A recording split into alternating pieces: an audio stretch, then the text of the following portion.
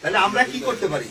আমরা যদি এই 2000 টাকা থেকে 4 ভাগের 1 ভাগ টাকা নেতা কর্মীর জন্য রাখি 500 টাকা, তাহলে আপনারা তাহলে ওই 10 জনে তখন কি 50 টাকা করে কম পাবেন। 200 টাকা 150 করে নিবেন ঘরে।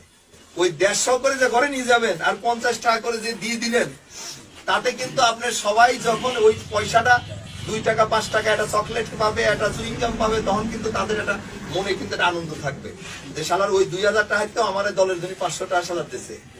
তাহলে কিন্তু খুশি হবে নেতা কর্মী, তখন আল্লাহও খুশি হবে। আর এই যে আপনি যে 150 টাকা ঘরে নিয়ে গেলেন, ওইটার কিন্তু একটা শান্তিও থাকবে আলাদা, তখন আর ওইটাকে অভিশাপ দিবেন। আমি কি কথাটা বোঝাতে পারছি আপনাদের?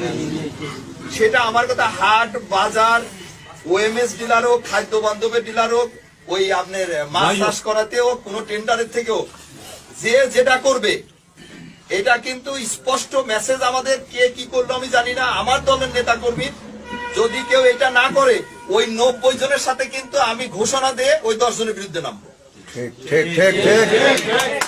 ভোটের কাজ হলো অংশীদারিত্বমূলক, সে অর্থনৈতিক কাজ হোক আর রাজনৈতিক কাজ সব এরকম হবে। আমি কিন্তু তখন ওই 90 জনের কাতারে যায়, তখন কিন্তু বিদ্রোহ করবো আপনাদের সাথে।